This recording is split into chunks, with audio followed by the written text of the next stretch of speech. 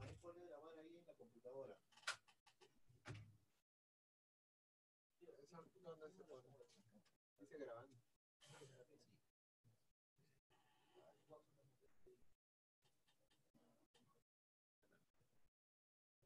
Ya. Ahí no.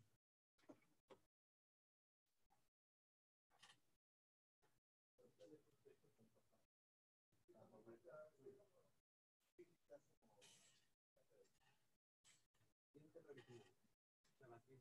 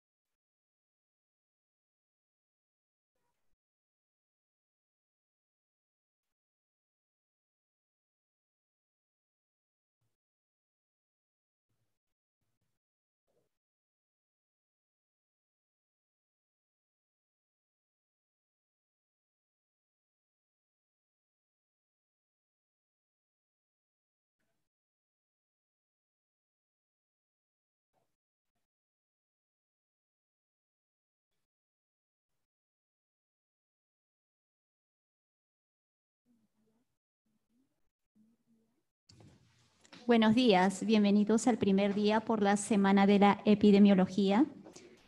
Se inicia esta importante fecha de esta manera con este evento académico. Invitamos al doctor Manuel Loaiza, director ejecutivo del Centro Nacional de Epidemiología, Prevención y Control de Enfermedades, CDC, a dar las palabras de inauguración.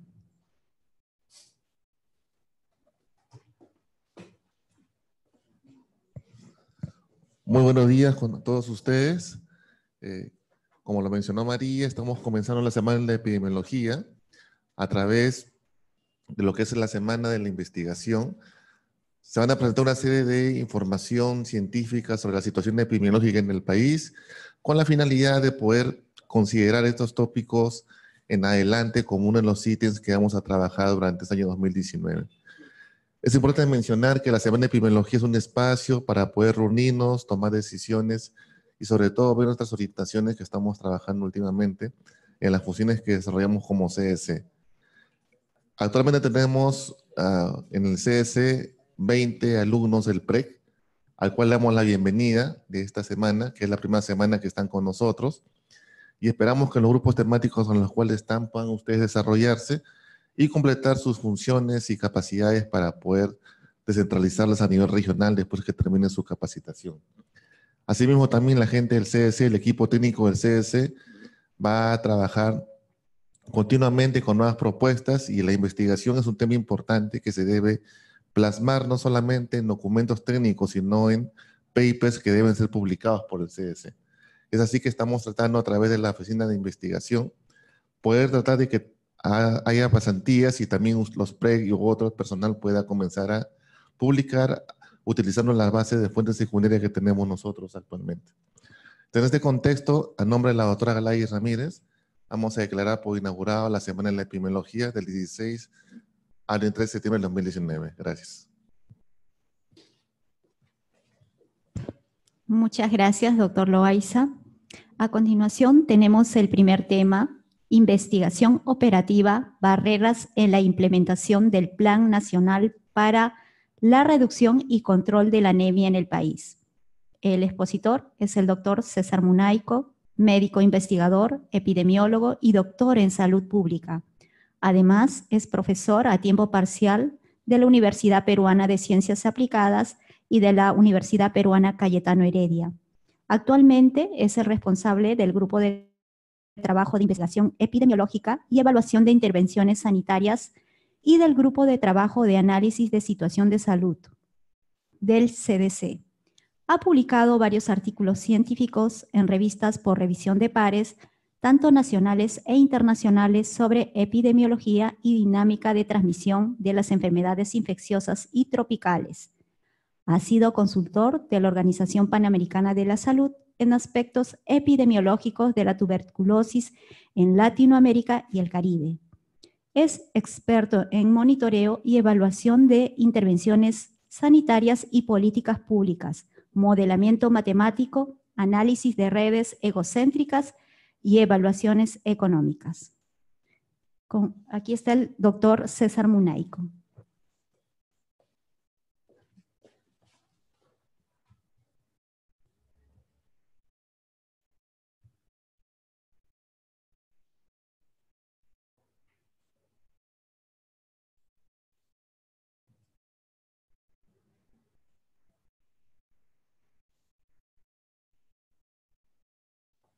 Ok, buenos días. Vamos a presentar hoy día el resultado de una investigación que se ha hecho en el Centro Nacional de Epidemiología, en el área que yo dirijo, y sobre un tema muy importante que es la anemia. La anemia todavía sigue siendo un problema de salud pública que todavía sigue en la agenda y tenemos que empezar a trabajar para solucionar los problemas que se dan al momento de realizar las intervenciones. Este es un estudio que se terminó de ejecutar este año, en marzo, y es un estudio que nos da una idea clara de qué es lo que está pasando con la implementación del plan de reducción y control de la anemia materna infantil y desnutrición crónica en el Perú.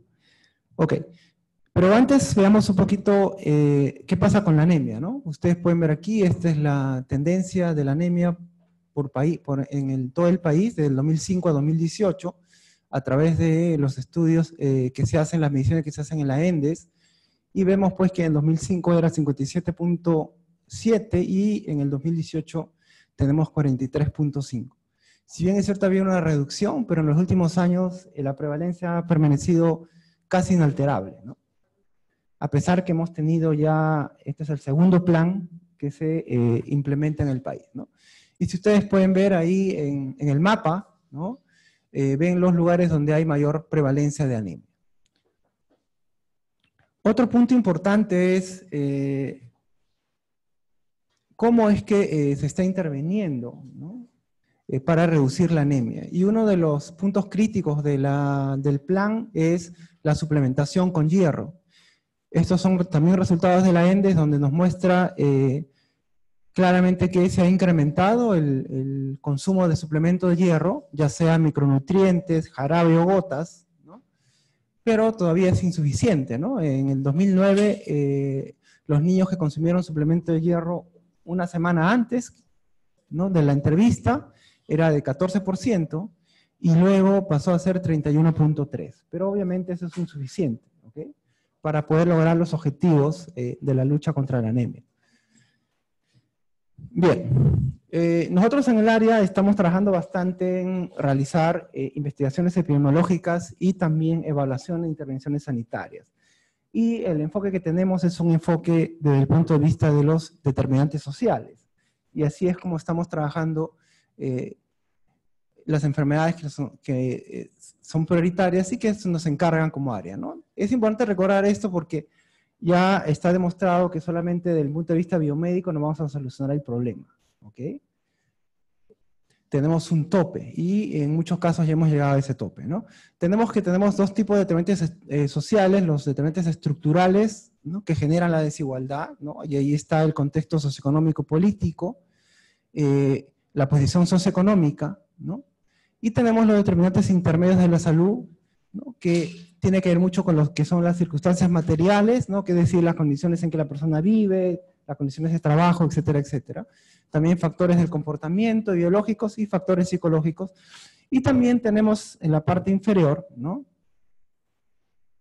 está los servicios de salud, ¿ok? Nosotros formamos parte de los determinantes sociales de la salud.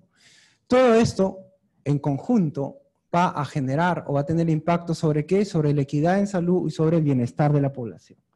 Entonces, si no tenemos un enfoque básicamente que ayude a abordar los determinantes sociales de la salud, no vamos a poder generar la equidad, que es la que queremos, y también el impacto de la población va a ser insuficiente, va a ser muy bajo.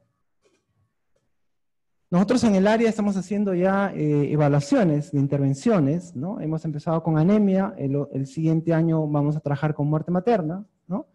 Y también vamos a trabajar con enfermedades no transmisibles, ¿no? Y tenemos una lista hasta el 2022 de una serie de investigaciones que vamos a realizar y de evaluaciones también.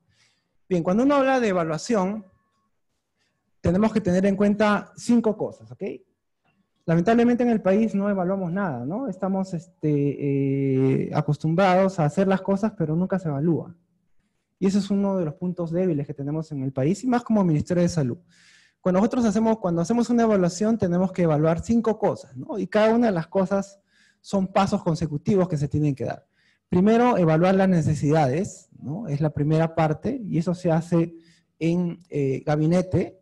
Básicamente lo que se quiere determinar es realmente el problema que tiene una intervención en salud pública, realmente es un problema de salud pública, ¿ok?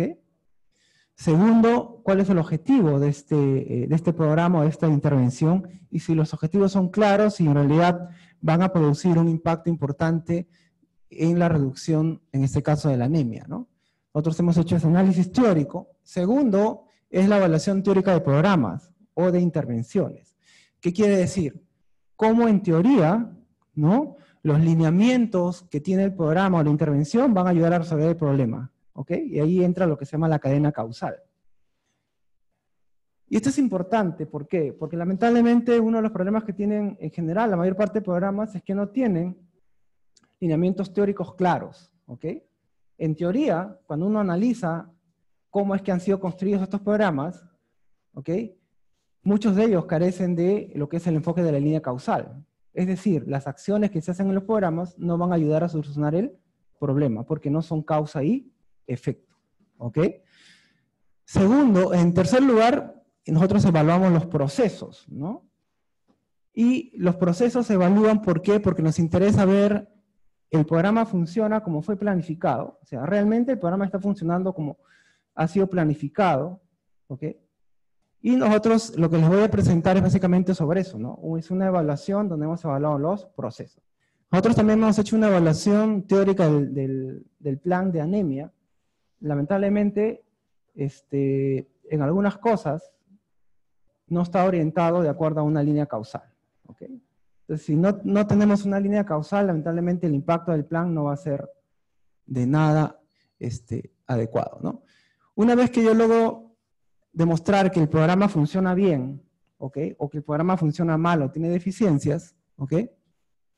Analizo si voy a evaluar el impacto del programa, ¿ok? Entonces yo no puedo evaluar el impacto de un programa, de una intervención, si no estoy seguro que funciona bien. O sea, si no funciona bien, ¿para qué lo voy a evaluar? ¿No? Porque es gastar recursos, ¿ok? Porque ¿cuál va a ser la conclusión? Que no va a haber impacto. O sea, es en vano analizar un programa que no funciona bien, ¿ok? Segundo, ya si yo he demostrado que funciona bien y hay un impacto, paso al siguiente paso, que es el análisis de costo-efectividad.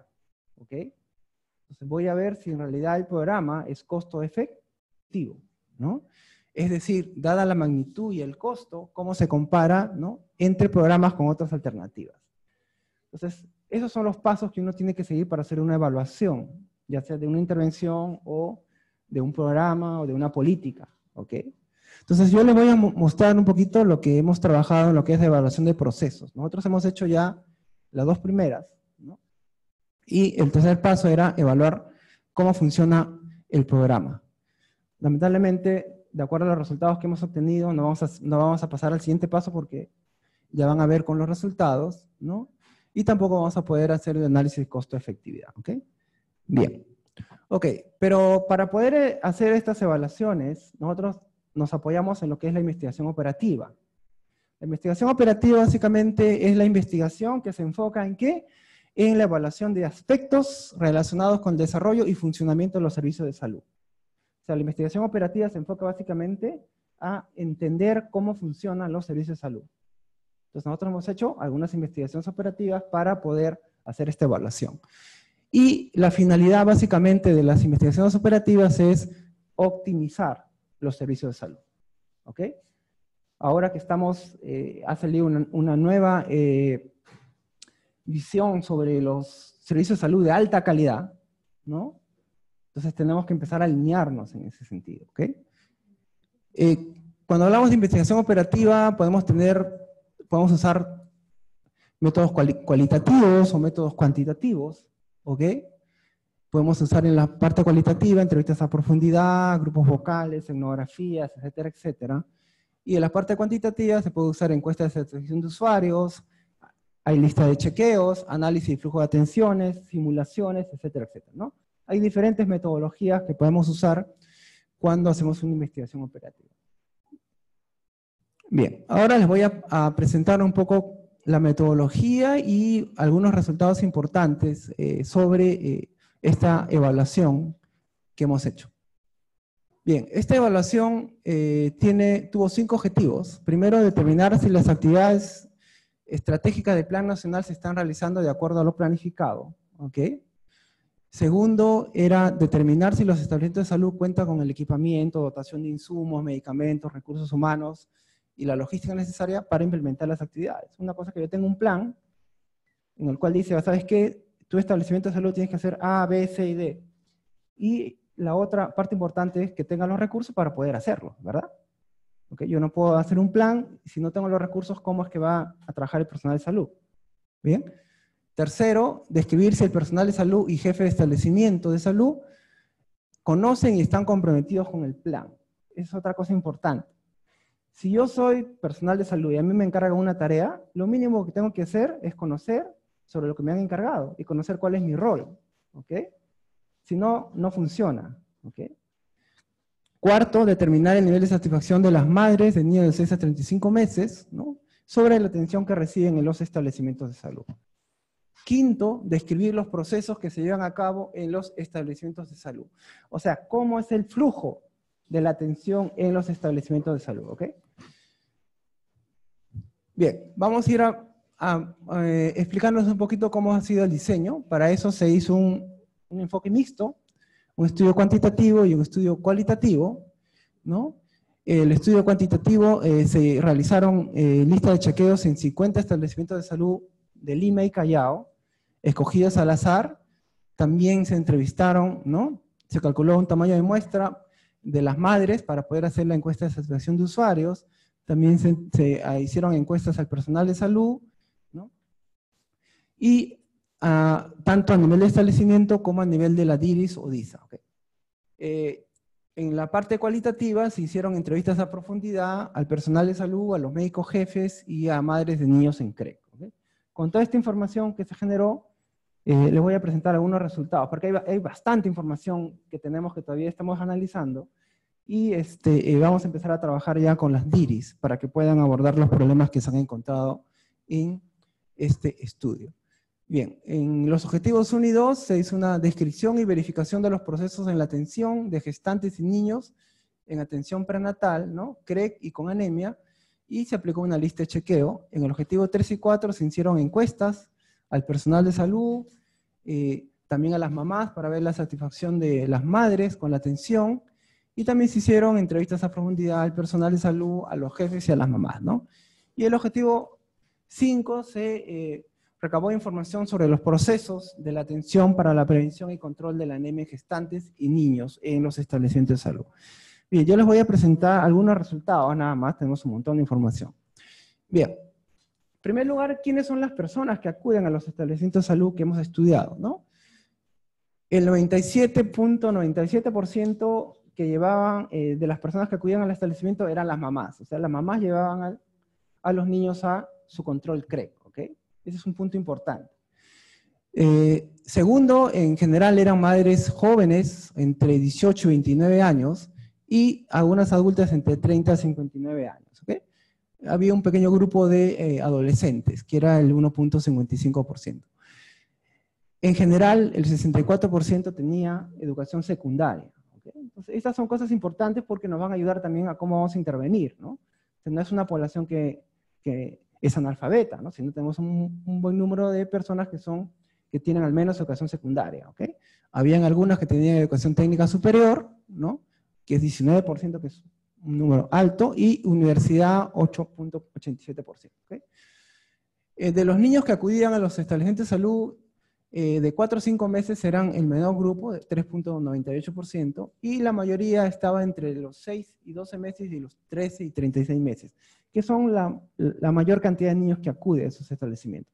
Entonces, esto es importante porque nos ayuda a ver en dónde tenemos que intervenir, ¿no? Si yo solamente intervengo a los niños pequeñitos de 4 o 5 meses, voy a estar captando solamente al 3 al 4%, ¿no? Entonces tengo que trabajar, lo ideal es trabajar con todos, ¿no? ¿Ok? Bien. ¿Quiénes son los que atienden en los establecimientos de salud? ¿No? Bueno, aquí hemos hecho un consolidado porque también tenemos información por cada una de las DIRIS, ¿no? La mayor parte son mujeres, 82.6% son mujeres. ¿Y eso es una fortaleza o una debilidad? ¿No? Ok. La edad promedio es 43 años, más o menos 11. El 20% de los que fueron entrevistados, nosotros entrevistamos a todos, o sea, a todos lo que tiene que ver con el Plan Nacional de Anemia. ¿Ok? Eso es importante. 20%, enfermeras 22.8%, obstetrices 20.4%, nutricionista 8%, trabajador social. Y ustedes dirán, ¿por qué entrevisto a la nutricionista? ¿Por qué entrevisto a la obstetriz? Porque tiene que ver con el plan, pues, ¿no? O sea, el plan no es solamente el de crecimiento y desarrollo o el de nutrición. En realidad abarca casi a todos los miembros del establecimiento de salud, ¿ok? Y la mayor parte son nombrados. ¿Y esa es una fortaleza o una debilidad? ¿Ok? Bien. Depende, ¿no? De cómo se mire. ¿Ok? Pero ese es un punto a tener en cuenta, ¿no? También tenemos terceros, tenemos CAS, Serungs. Ok. Bien. Ahora vamos a ver quiénes son los jefes, ¿ok? Pues son importantes, son los actores, ¿ok? Tenemos 53% de los jefes eran mujeres, 22.5% eran profesionales con maestría, ¿ok? El 91.8% en realidad son médicos, la mayor parte son médicos, ¿no? 6% además son coordinadores de estrategia, o sea, aparte de ser jefe, coordinaban alguna cosa, y también hacían labor asistencial, ¿no? Casi la mitad hacía labor asistencial, o sea, tenían que hacer de jefes la labor asistencial y también eran coordinadores de alguna estrategia, ¿no? Y otro punto importante es que el 65% decía que había sido capacitado en el plan de lucha contra la anemia, ¿ok? Pero solo el 43% conocía la meta, ¿ok? O sea, si yo tengo una estrategia y yo no sé cuál es mi meta, o sea, no sé hacia dónde voy a llegar, imagínense, ¿no? ¿Qué es lo que va a pasar en ese establecimiento, ¿ok? ¿Ok? Entonces es un punto crítico, ¿no? Vamos a ir apurándonos. Bien. Bueno, esas son las características de los establecimientos. Nosotros estudiamos establecimientos de Lima y Callao de diferentes niveles, con diferente carga horaria, ¿no? Nos interesaba mucho tener información de todos, ¿ok? Bien, esto es sobre las características de los establecimientos de salud. Bueno, no vamos a entrar mucho en lo que es el personal, pero sí es importante algunas cosas, ¿no? El 92% hacía tamizaje con HemoQ, el 14% tenían equipos inoperativos y el 17% no tenía lancetas y microcubetas. Supuestamente, para que el niño pueda recibir tratamiento necesitan hacerle el HemoQ, ¿no? El examen. Si no le pueden hacer, no le pueden dar tratamiento, ¿verdad? Entonces es una barrera importante, ¿ok? Que aparte de algunos que tenían el HemoQ, no tenían lancetas para poder hacer la prueba, o no tenían las microcubetas, ¿ok? Entonces ese es un punto crítico. Lo otro es que, con respecto a insumos, el 50% tenía insumos, micronutrientes, ¿no? En stock.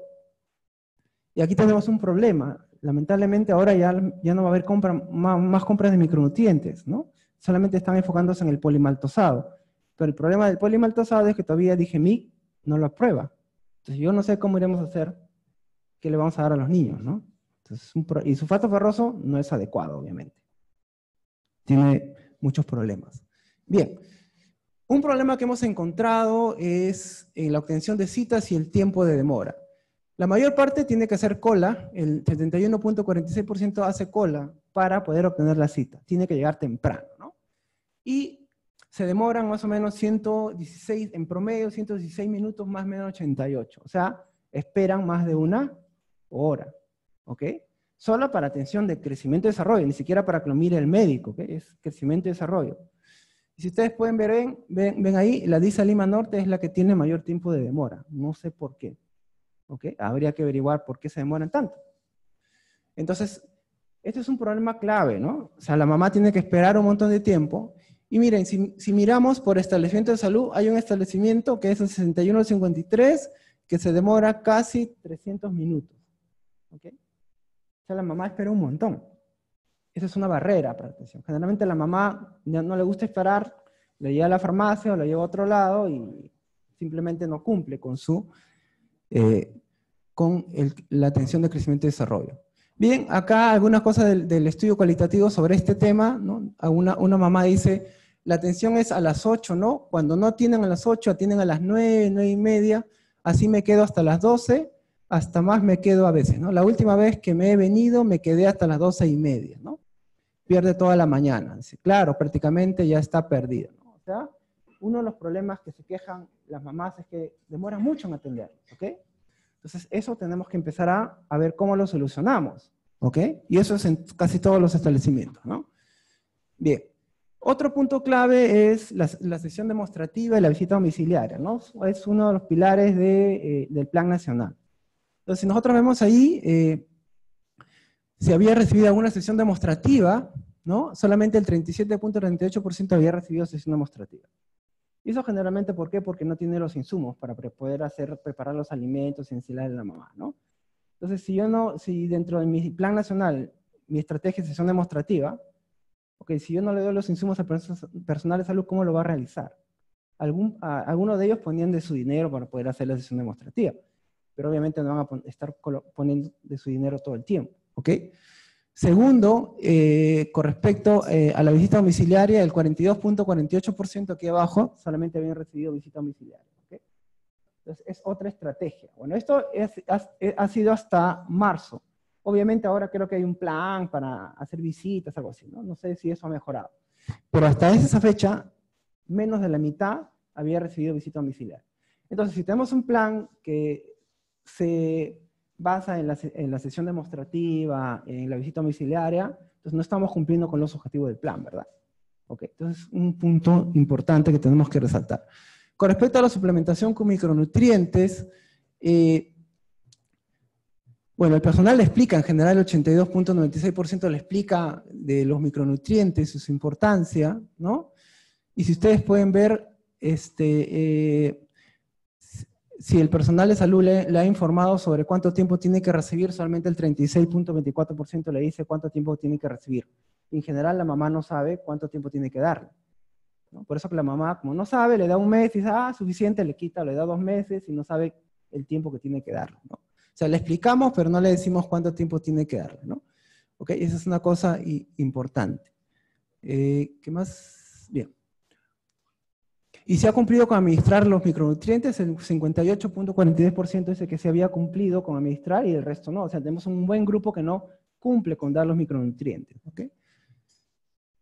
Y algunas razones que estamos tratando de investigar, ¿no? En los estudios que tenemos de cohortes y el estudio de casos y controles que acabamos de terminar, es que un buen grupo de las mamás refiere que tiene problemas con el micronutriente, ¿no? Supuestamente eso no lo veía reportar la literatura, pero ahí pueden ser dos cosas, que la mamá no haga una buena evaluación de si el micronutriente le produce lo que ella dice que le produce, o no, ¿no?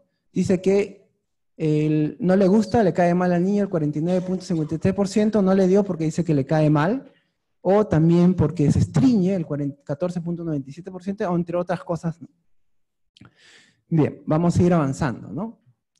Y esto es importante porque nosotros ahorita estamos haciendo un estudio con unos alumnos de la UPC sobre las redes egocéntricas, ¿no? O sea, cómo la mamá obtiene información sobre anemia, ya sea buena o mala información, ¿no?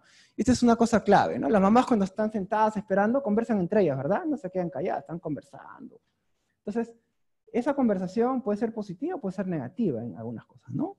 Aquí tenemos una mamá que dice, ¿no? Hay una que otra que dice, ay no, yo no le doy porque da miedo lo que pueda dar el Estado, tantas cosas que se ven en ese de Caliwarma. Entonces hay algunas madres que dicen que, ¿le vas a dar? No, mejor no le des. O sea, entre ellas conversan y empiezan a distorsionar la información. Y si a eso le sumamos que en el establecimiento no estamos haciendo promoción de la salud, peor todavía. O sea, las mamás van al establecimiento, se contagian y ya no le dan, ¿no? ¿Ok? Bueno, vamos a avanzar algunas cosas. Bien. Vamos a ver sobre la satisfacción de usuarios, ¿no? De las mamás. Miren, la mamá no se siente satisfecha con la obtención de la cita, ni tampoco con el tiempo de espera, ¿no? Le dan un puntaje de 5 en la mediana. O sea, la mayor parte de las mamás no le agrada esperar, ¿no? ¿A quién le agrada esperar tanto tiempo? Y tampoco cómo obtienen la cita, porque tienen que hacer cola, ¿ok? ¿Qué más? El puntaje más o menos de 7 con respecto al trato del personal de salud y el horario de atención también ha sido bajo, y el horario de atención del establecimiento en general, ¿no? Entonces hay cosas que la mamá no se siente satisfecha con la atención que les damos en los establecimientos de salud. Y una de las cosas es que no le hacen esperar mucho, no le hacen esperar demasiado, ¿ok? Bien, ya para ir finalizando, una de las cosas que nos interesaba saber era qué tanto sabe el personal de salud y los médicos jefes sobre el plan nacional, ¿ok? Porque si yo voy a trabajar en un plan, yo tengo que saber al menos qué tengo que hacer en el plan, cuál es la meta, hacia dónde tengo que llegar, y cómo me organizo para cumplir con esa meta, ¿verdad? O ustedes cuando le encargan algo, ¿qué cosas hacen? Simplemente no leen, les interesa poco lo que tienen que hacer. Entonces es importante esto, ¿no? Si nosotros vemos aquí, solamente el 90.6 reconocía, ¿no?, que el programa que financia el Plan Nacional era el articulado nutricional. Y solamente un 42% reconoció que también el de salud materno-neonatal. ¿Okay? Entonces la mayor parte de los establecimientos piensa que el problema de la anemia no es de ellos, sino solamente es del articulado nutrición, nada, y el resto no tiene nada que ver. Eso es lo que piensan. El plan dice todo lo contrario, ¿verdad? ¿Ok? Entonces, por ejemplo, con respecto a la población objetivo del plan, ¿no? El 76.1% dice que son gestantes, que son los menores de 3 años, y solamente el 52% cree que son ambas. O sea, tampoco conocen cuál es el objetivo de la población objetivo. O sea, no conocen a quién tienen que darle el servicio, ¿verdad? Entonces, todas esas cosas son importantes, ¿no? Bien, vamos a ir avanzando. Bien. Ok. Otro punto importante es, se les preguntó al personal qué factores favorecen el cumplimiento de su rol, ¿no? En general, dice, el 55% dice que ellos tienen un alto compromiso con la meta por lograr, ¿ok? A pesar que algunos no conocen el plan, ¿ok? No conocen cuál es la meta, no conocen esas cosas, ¿ok? 39% dice que la buena organización del equipo de salud, roles bien definidos, ¿no? ¿Ok? En algunos sí, en algunos establecimientos sí se han organizado, pero en la gran mayoría, o sea, es como si fuera cualquier otra actividad que tienen que hacer, ¿ok? Del 26 al 29% dice que un punto clave es la disponibilidad de insumos para laboratorio, inclusión de internos y extremistas en las actividades del plan, buena implementación de las actividades extramurales, ¿no? Pero ya hemos visto que tenemos problemas para cumplir la visita domiciliaria y la sesión demostrativa, ¿ok? ¿Qué más? Dice, buena estrategia comunicacional, población sensibilizada, agentes comunitarios. Lamentablemente los establecimientos, en algunos, con raras excepciones, se está haciendo la parte de promoción. ¿Ok? Bien. ¿Qué cosas no les permiten o influyen negativamente en el cumplimiento del plan? 67% dice que tiene recursos humanos insuficientes, sobrecarga laboral. ¿No? Y ahora tiene razón. En algunos establecimientos, en otros no. Lo que falta es organización, o sea, cómo yo me organizo para abordar este problema, ¿no? Obviamente, mucha gente hace diferentes cosas. Como ya les mencioné, los médicos, aparte de ser médicos jefes, tienen también a cargo una estrategia, aparte hacen atención. Entonces, ¿en qué tiempo se dedican a la gestión? ¿Ok? Entonces, son cosas importantes a tener en cuenta, ¿no? 44% dice que hay recursos suficientes para actividades extramurales y seguimientos. Es una cosa que sí es importante. O sea, no hay recursos suficientes para poder hacer la sesión demostrativa, ¿no? Para poder hacer la visita, a pesar que hay un bono, creo, al personal nombrado para poder salir a hacer las visitas, ¿ok? Dice, 36% de recursos económicos suficientes para ejecutar las actividades, desabastecimiento de suplementación y micronutrientes, ¿no? Entonces, esas son las cosas negativas que el personal piensa que tenemos que abordar, ¿ok? Bien, vamos a saltarnos algunas cosas. Bien, entonces acá hay un médico jefe que dice, hubo problemas logísticos, a veces falta guantes, algodón, microcubetas, insumos que no deberían faltar, tendrían que cubrirse todo y tenerlo hasta un poco más para poder hacer campañas, por ejemplo. Hace falta también a veces hierro, micronutrientes, o nos dan faltando un mes para que se venda, ¿no? Todas esas cosas que a veces hacemos y que las hacemos mal, influyen sobre cómo los niños son atendidos y cómo los niños, cómo se le entrega a ellos el servicio que nosotros tenemos que entregarle, ¿ok? Bien. Vamos a ir viendo algunas cosas, pero no nos va a alcanzar el tiempo. Bien, otra cosa importante que nosotros creemos que es clave es organización frente al plan de anemia, ¿ok? Solamente el 4%, ¿no? Se había organizado, había incluido en el POI el plan de anemia. Miren, el 4% de todos los establecimientos, ¿ok? Se había incluido en su POI algunos recursos para garantizar el plan de anemia. Y 12% había incluido parcialmente algunas actividades, ¿ok? Entonces, miren, en ese escenario donde no se incluye en sus actividades del año presupuesto, ¿no? O recursos para poder realizar la actividad, lamentablemente no vamos a tener ningún impacto, ¿no? ¿Ok? 84% no había incluido para nada en el POI, ¿no? Si el establecimiento cuenta con un plan de acción para la lucha contra la anemia, solamente 30% tenía un plan que lo estaba ejecutando en cierta medida, pero el resto no tenía ningún plan. Obviamente en los establecimientos de salud hay muchas cosas que hacer, pero la cosa es cómo yo me organizo para poder cumplir todas esas cosas, ¿ok? Entonces, lamentablemente, no estaban organizados. Bien, y lo que es los procesos, ¿no? Nosotros hemos visto desde que obtiene la cita, hemos hecho el seguimiento hasta, ¿no? el control mensual y la visita domiciliaria, ¿no? Básicamente tenemos un problema que hay pacientes que no tienen CIS, que tienen que pagar la consulta, ¿no? La atención es por orden de llegada, esperan mucho, ¿no? En lo que es la suplementación, hay déficit de micronutrientes, hay pobre seguimiento para garantizar la adherencia, no hay control de hemoglobina entre 6 y 12 meses, es una cosa importante. Como de acuerdo a la norma dice, yo tengo que hacerle la hemoglobina a los 6 meses y a los 12 meses, piña, si yo llego con un niño a los 8 meses, no le van a hacer. No le hacen. ¿Por qué? Porque no está en la norma. Segundo, porque no tienen el insumo. Como le dan contado, no le hacen. ¿Okay? Entonces, tenemos varios problemas, ¿no? Con respecto al tamizaje, equipos no calibrados, y eso es una cosa importante. Mire, nosotros cuando hicimos el estudio, como era parte de otro estudio más grande, tomamos muestras también, ¿no? Y comparamos los resultados entre el HemoQ con el resultado del laboratorio que nos daba el 2 de mayo, ¿ok? Entonces hemos encontrado diferencias hasta de 5 puntos. Lo que dice la literatura es que la diferencia tiene que haber entre uno y otro, entre el HemoQ y el resultado del laboratorio, por hematocrito, ¿no? Por hemograma, tiene que ser un punto, ¿no? Entonces, el problema está en los niños que teniendo anemia les sale un nivel de hemoglobina adecuado. ¿Ok? ¿Por qué? Porque esos niños no van a recibir tratamiento. Bueno, si le sale que tiene anemia y está bien, no hay problema, ¿no? Si el hierro no le va a hacer nada, ¿ok? Pero el problema está con los niños que realmente, y es más o menos 25 a 30%, habían diferencias entre lo que nosotros encontrábamos en el laboratorio del 2 de mayo versus los que encontraban en los HemoQ, ¿no?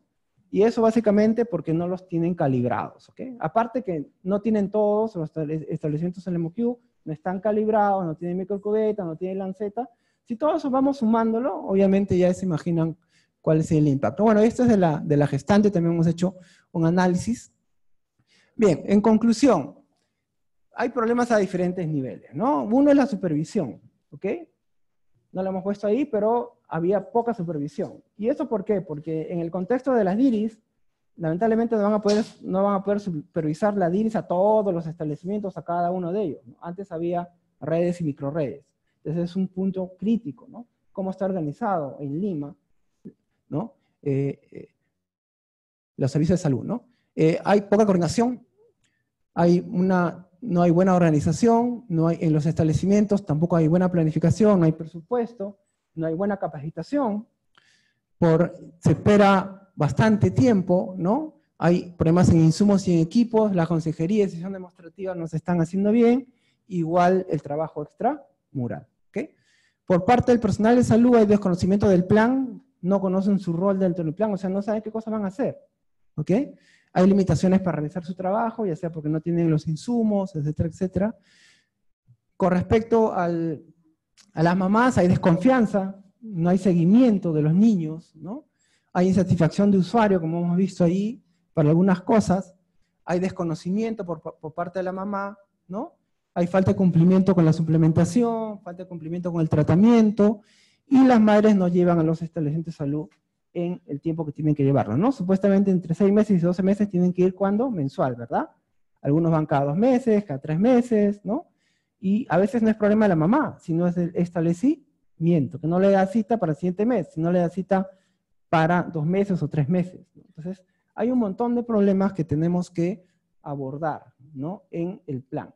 Entonces, como les decía, inicialmente, para poder hacer una evaluación de impacto del plan, no lo voy a poder hacer. ¿Por qué? Porque no funciona, pues, ¿no? O sea, el plan tal como está diseñado no está funcionando a nivel, ¿no? De los establecimientos de salud, inclusive a nivel de las DIRIs. Entonces es importante corregir todos estos problemas. O sea, si yo quiero bajar esa cifra que le mostré de 43.5, quiero bajarla a 19% que le meta al 2021, tengo muchas cosas que solucionar para poder hacerlo. ¿Ok? Lo cual va a ser complicado en 2 años, no se va a poder hacer. Bien, muchas gracias.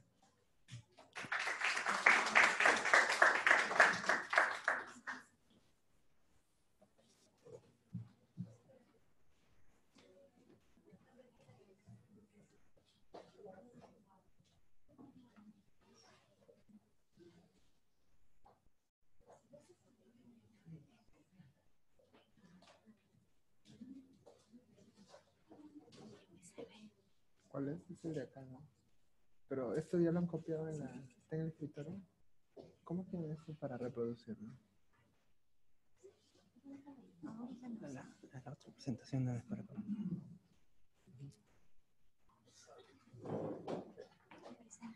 Sí, sí.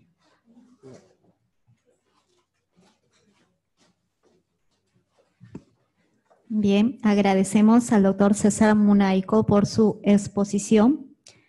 A continuación, el siguiente tema, el segundo tema de este día, trata acerca de una enfermedad neurológica que afectó hace algunos meses nuestro país. El tema es epidemiología del síndrome de Guillain-Barré en el Perú y también está a cargo del doctor César Munaico. Ok, bueno, esto vamos a tratarlo de hacerlo más rápido porque ya estamos sobre la hora. Bien, voy a mostrarles un poco todo lo que ha venido trabajando el área de investigación en lo que es el síndrome de Guillain-Barré. ¿Okay? Hemos hecho varias investigaciones, vamos a hacer un resumen de las cosas que hemos hecho. ¿Okay? Bien, rápidamente un poco para centrarnos en la epidemiología de Guillain-Barré en el mundo. Entonces es una enfermedad que es esporádica, poco frecuente, ¿no? Eso es lo que pensábamos, ¿ok? Generalmente la incidencia va entre 0.6 a 4 por 100.000, ¿no? Por año en todas las edades, y obviamente la incidencia es mucho mayor en los mayores de 50, ¿ok? Es más común en hombres que en mujeres, más o menos en riesgo relativo es de 1.78, ¿no? Y otra cosa que se discute bastante y que todavía no está claro es si tiene estacionalidad, ¿ok? En algunos lugares como Brasil, ¿no?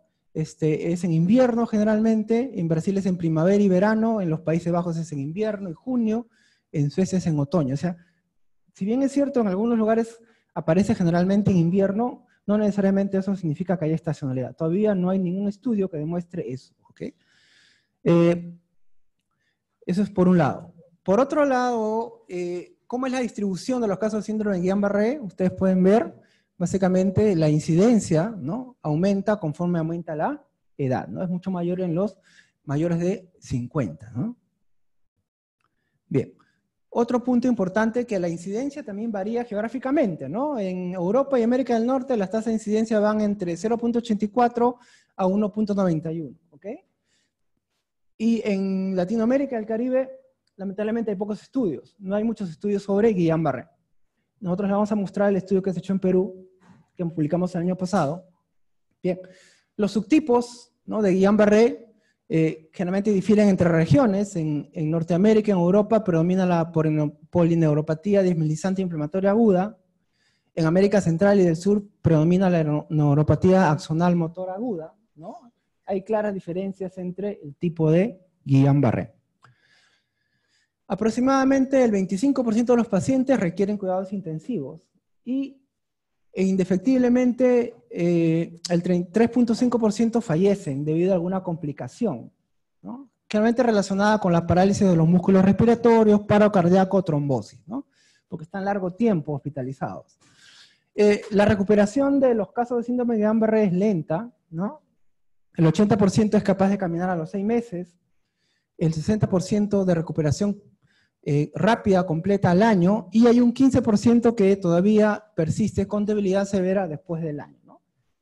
Entonces, por eso es importante que el problema de la epidemia que hemos tenido no acaba acá, ¿no? Sino hay un montón de pacientes que van a ir recuperándose, ¿no?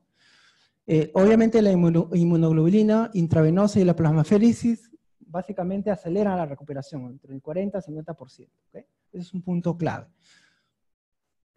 Bien.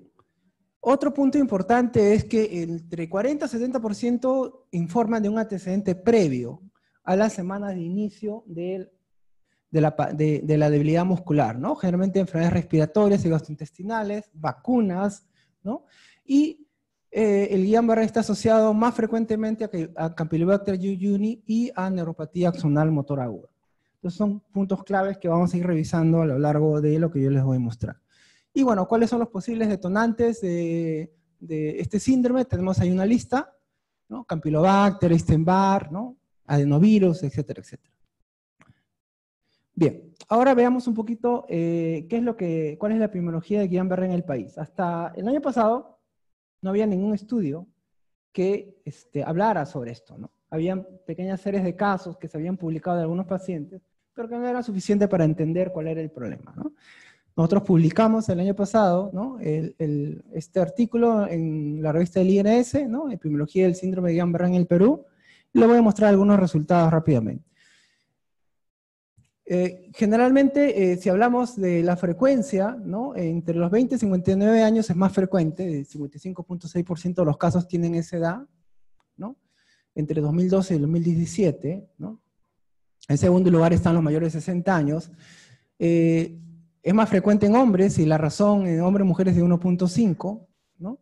Y generalmente la mediana hospitalización es de más o menos 11, ¿no? Y el 64.3% se queda hospitalizado en menos de 15 días. Con respecto al fallecimiento, el porcentaje, el 3.5, ¿no? Fallecieron, y es un poco, está de acuerdo con lo que les he venido mostrando, ¿no? La tasa de letalidad obviamente es mucho mayor en los mayores de 60 años, ¿no? Es mucho mayor que en el resto de grupos de edad. Con respecto a lo que es la incidencia, más o menos hemos calculado, ¿no? La incidencia por años, ¿no? Va de 0.69 del global, ¿no? Hasta 0.91 dependiendo del año que se haya estudiado, y generalmente la mayor incidencia se da en los mayores de 60 años, ¿no? Con respecto a la tasa de mortalidad, ¿no? También es mucho mayor en los mayores de 60 años, ¿no? Y como ustedes pueden ver, también es mayor en los hombres, ¿no? Bien, esto es un poquito cómo es la tendencia de los casos de Guillain-Barré, ¿no? Obtenida de los egresos hospitalarios. Ustedes pueden ver, esos son los casos observados, y nosotros en 2018 hicimos una proyección, ¿no? Y eso en el marco del brote que hubo en La Libertad, ¿ok? Bien, esta es la distribución del síndrome de Guillain-Barré por años. Ustedes pueden ver, Lima es el departamento que reporta más casos, ¿no? Y también tenemos Arequipa, Cusco, La Libertad. Pero en general, en casi todo el país se reportan algunos casos, ¿no? Y en algunos departamentos no se han reportado casos. Pero en general, todos los departamentos reportan 1 o 2 casos, ¿no? Bien, entonces, esta es una visión general de lo que es la epidemiología de Guillain-Barré antes, ¿no? Del brote de 2019, ¿ok? Eso es más o menos cómo era el comportamiento de la enfermedad, ¿ok? Ahora vamos a estudiar esta epidemia, ¿no? ¿Cuál es la definición de epidemia? Es una cosa que tiene que quedar clara. Epidemia dice es la aparición de casos de una enfermedad que excede lo que normalmente se esperaría en una población de una área definida, ¿no? Brote es lo mismo, pero algo mucho más concentrado, más pequeñito. Y una cosa importante, es importante resaltar que brote o epidemia no se refiere únicamente a enfermedades infecciosas, ¿no? ¿Ok? Hay mucha gente que piensa todavía que brote es solamente para enfermedades infecciosas, y eso no es correcto. Ok. Bien. Una cosa importante para definir un brote o epidemia, tenemos que saber que tenemos un número de casos por encima de lo esperado, ¿verdad? Entonces ustedes pueden ver claramente que en el año 2019 el número de casos que esperábamos a nivel nacional estaba muy por encima de lo que esperamos, ¿okay? Y acá tenemos por regiones que fueron afectadas, ¿no? En todos los lugares, ¿no? Había un incremento de casos por encima de lo que se esperaba, ¿no? Como ustedes pueden ver, el estudio que se publicó en el 2018 sirvió para definir los umbrales, ¿no? De lo que era normal, de lo que era esperado, ¿no? Para poder compararlo con, ya sea un brote o una epidemia que queremos analizar, ¿no? Ok, vamos a analizar un poco rápidamente la curva epidémica, ¿no? Esta es la curva nacional, como ustedes pueden ver, empezó rápidamente un incremento rápido de casos y luego fue disminuyendo más lentamente. Y este fue el comportamiento en los otros departamentos, ¿no? En Lima, como ven arriba, Junín, Cajamarca y la mayoría que si bien tuvieron casos, tuvieron en menor cantidad, ¿no? Pero la mayor parte se centró en Lima, Junín y Piura, ¿no? Y La Libertad, que había tenido casos también el 2018, ¿no? Pero presentó menor número de casos. Esto de aquí es un poco para ver cuál es la tasa de crecimiento, ¿no? La tasa de crecimiento diaria, ¿no? La incidencia fue de 0.32. Y después el double time, que básicamente cuánto tiempo demora en duplicarse el número de casos, ¿no? Más o menos en duplicarse el número de casos era 2.2 días, ¿no? Cada 2 días se duplicaba el número de casos, ¿ok? Eso es interesante para poder saber un poco cómo va creciendo rápidamente, ¿no? Ustedes pueden ver acá, aquí es al inicio, ¿no? La tasa de crecimiento y el double time, y después al final, ¿no? Después, como ustedes pueden ver, la tasa de crecimiento ya dejó de crecer y empezó más bien a disminuir. Y esto era calculado semana con semana para poder predecir si ya iba a caer la epidemia o no, ¿ok? Y esto también nos ha servido ¿para qué? Para dar de alta al brote, porque los brotes no duran todo el tiempo, ¿no? O sea, tenemos que en un momento tienen que terminar y hay que darles de alta. Entonces es una forma para poder definir cuándo le doy de alta y cuándo no le doy de alta, ¿ok? Al brote. Y acá también este es otro, los acumulados de casos. Miren, al inicio, los casos tenían un incremento casi exponencial, ¿no? En casi todos, pero después de ciertas semanas, a partir de la semana 28 más o menos, 29 ya se iba aplanando, ¿no? La curva acumulada. ¿Qué quiere decir? Que iba reduciendo su velocidad hasta ya no presentar incrementos rápidos, ¿ok? Entonces esto de aquí, a partir de la semana 28 ya empezó a aplanarse, ¿no? Y más o menos a partir de la semana 28 teníamos que decir, ¿ya le damos de alta o no al brote? ¿Ok? Es importante eso, o sea, la labor del epidemiólogo es investiga un brote o una epidemia y hay que decirle ya terminó. O sea, pues el brote no puede estar 2, 3 años, ¿no? Nunca le doy de alta, ¿no? Entonces es importante eso, ¿no? ¿Por qué? Porque cuando yo no le doy de alta al brote, ¿qué sucede? Las regiones van a seguir notificando diariamente y es un montón de trabajo que no necesitan hacerlo, ¿no? Bien, este es un mapa de riesgo y de calor. Ustedes pueden ver acá en los mapas de calor, estas son las zonas donde se concentraban la mayor cantidad de casos, ¿no? Ustedes pueden ver, bueno, en Lima era mucho más disperso, ¿no? En Piura habían 3 clústeres, uno acá, otro aquí, ¿no? Y otro por acá. Esto era la Libertad, generalmente en el centro de la ciudad, en el Porvenir, ¿no? Y esto de aquí era Lambayeque. O sea, eran enfermedades que estaban localizadas, no estaban tan dispersas, salvo en Lima, ¿no? Y este es el riesgo, se hizo se calculó el riesgo relativo, ¿no? Ustedes pueden ver en Lima, que nos interesa, el riesgo era mayor en el cono norte, ¿no? En la parte norte había un riesgo hasta de 2, ¿no? Si pueden ver, esta es la gama de colores, mientras más rojito, hay más riesgo, ¿no?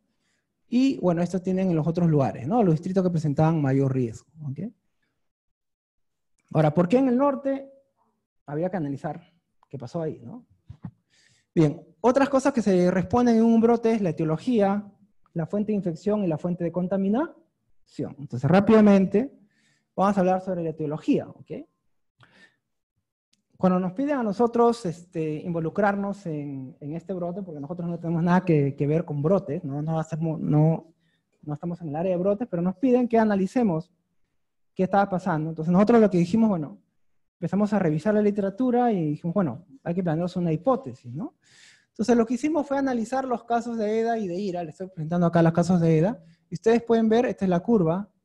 Antes de que se presentara el brote había un incremento de casos, ¿no? En casi todos los lugares. Acá, esto es no es Piura, en Castilla, había un incremento previo de casos de diarrea, lo cual es inusual para la época. Generalmente tenemos bastantes casos de IRA, ¿no? De infecciones respiratorias agudas. Entonces no había por qué se incrementaran ese número de casos de diarrea en esos distritos, ¿no?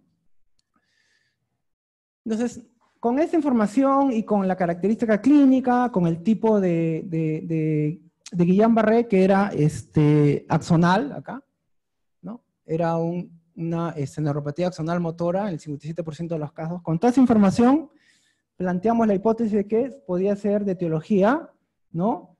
Por una de tipo gastrointestinal, y a la cabeza, obviamente, está el Campylobacter jejuni. Esa era nuestra hipótesis. Nosotros decíamos, probablemente es algo que tiene que ver, ¿no? Con enfermedades diarreicas, ¿no? Y probablemente sea Campylobacter, ¿no? Cuando vamos a revisar la literatura. Entonces, luego el INS aísla, ¿no?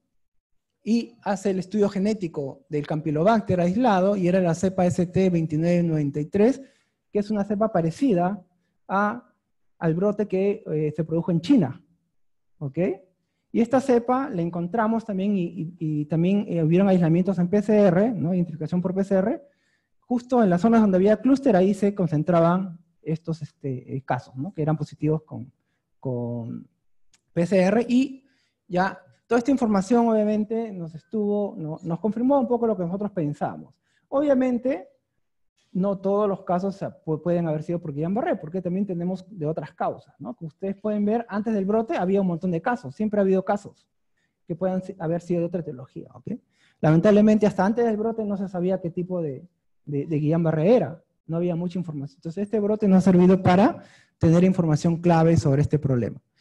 Bien, ya para terminar, bueno, algunas características importantes, la tasa de incidencia por grupos de edad, ¿no? Que como ven es mayor en los mayores de 60 años, ¿no? Y en los hombres también, ¿no? Generalmente a partir de los 18 a 21, ¿no? En los 30 a 39 años hay una diferencia entre hombres y mujeres, y 60 años a más obviamente es mayor la diferencia. Otra cosa que nos llama la atención es el comportamiento inusual del Guillain-Barré, ¿no? ¿Por qué? Porque miren, al inicio de la epidemia, este de aquí, ¿qué cosa es? En rojo está la infección, o sea, la exposición, y en azul esto está el momento en que empieza la parálisis, ¿no? Empieza el problema. Si ustedes pueden ver al inicio, había bastante tiempo entre que se expusieron y que desarrollaban la debilidad, pero después miren, ese tiempo entre el periodo de la debilidad y la exposición se iba cortando. Entonces habían pacientes que en menos de un día ya desarrollaban la parálisis, y es una cosa inusual, ¿no? Y eso lo hemos discutido con la gente del CDC, y ellos también le llama la atención de por qué ha ocurrido eso, ¿no? Entonces, el promedio más o menos era 7 días, ¿ok? Con un rango intercuantil de 14 a 11 días, ¿ok? Otro punto importante son los criterios de Britton, ¿no? Para el diagnóstico. Esto de aquí es preliminar porque con el otro viceministerio se ha contratado a personas para poder completar la información. Lamentablemente, la información no está completa. Falta el encefalorraquídeo, falta la electromiografía, entonces se está completando un montón de información.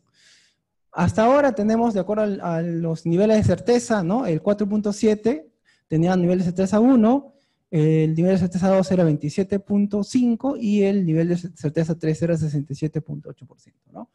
Y bueno, y acá están los criterios de Britton de acuerdo al nivel de certeza diagnóstica, ¿no? Entonces todavía esta tabla es preliminar, estamos recogiendo la información y para poder tener una idea de qué tan cierto es el diagnóstico o no, ¿no? Qué tan nivel de certeza tiene el diagnóstico de Guillain-Barré, ¿ok? Bien, conclusiones, bueno, se confirmó la epidemia de Guillain-Barré, obviamente ya les he mostrado, y la etiología probable ha sido Campylobacter jejuni, ¿no? Lamentablemente no hemos podido hacer estudios para ver la fuente de infección. O sea, acuérdense que Campylobacter jejuni está infectando, puede infectar diferentes alimentos, ¿no? Entonces no sabemos, en realidad. La fuente de contaminación, no sabemos tampoco cómo se contaminaron esos alimentos, ¿ok? Y el otro punto importante que no les mencioné es que cuando se ha comparado el Campylobacter jejuni, este nuevo Campylobacter, con las cepas que venían circulando, es totalmente diferente, ¿ok? Es diferente. Probablemente eso ha sido uno de los factores de que se haya producido un brote masivo, ¿no? Entonces, y con respecto, bueno, nosotros dimos el alta epidemiológica a la epidemia, obviamente, porque ya la epidemia terminó. El problema es el seguimiento de los pacientes. Nosotros ahorita queremos tener recursos para poder ver cómo han ido evolucionando los pacientes, ¿no? Toda la información que yo les he presentado de la epidemiología de Guillain-Barré en el mundo, es información de Europa, de otro lado, no tenemos nada de Latinoamérica y del Caribe, ¿no? Este sería el primer estudio, ¿no? Bien, temas pendientes, obviamente hay que ver la evolución de pacientes, queremos saber en qué momento se recuperan los pacientes, queremos estudiar cuánto cuesta, ¿no? Porque los pacientes algunos necesitan rehabilitación, etcétera, etcétera, eso todavía falta definir, ¿no? Vamos a tratar de poder incluirlos en algunas investigaciones que hagamos, ¿no? Bueno, este es el equipo que se ha trabajado en lo que es el análisis, ¿no? Bien, ok, gracias.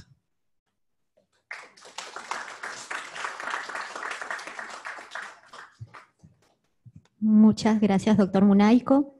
A continuación tenemos el último tema de este primer día por la Semana de la Epidemiología. El tema es Epidemiología de las enfermedades no transmisibles en el Perú, el cual será presentado por el doctor Luis Revilla Tafur, médico epidemiólogo de reconocida trayectoria, graduado del programa de especialización de epidemiología del campo, Tercer cohorte, quien actualmente ejerce el cargo de coordinador del Grupo de Vigilancia en Salud Pública de las Enfermedades No Transmisibles en el CDC Perú.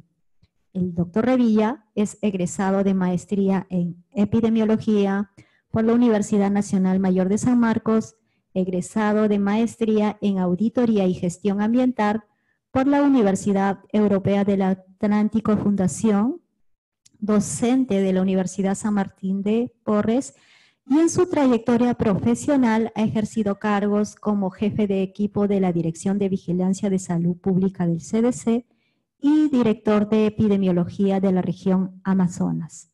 En el área de investigación, ha conducido como investigador principal el estudio de prevalencia de factores de riesgo de las enfermedades no transmisibles Lima, Trujillo, Huancayo, en los años 2004-2006. Con ustedes el doctor César Munaico.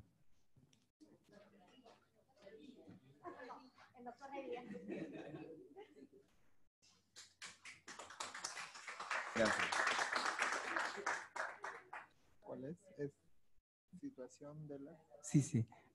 Un PPT. Sí, sí, sí. Uy, yo no puedo ver esa cosa.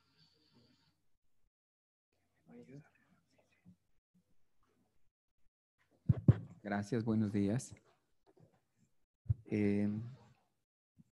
Bueno, estoy contento de estar con ustedes en esta mañana para hacer este tema importante y sencillo, no es tan complicado como el tema que acaba de desarrollar César.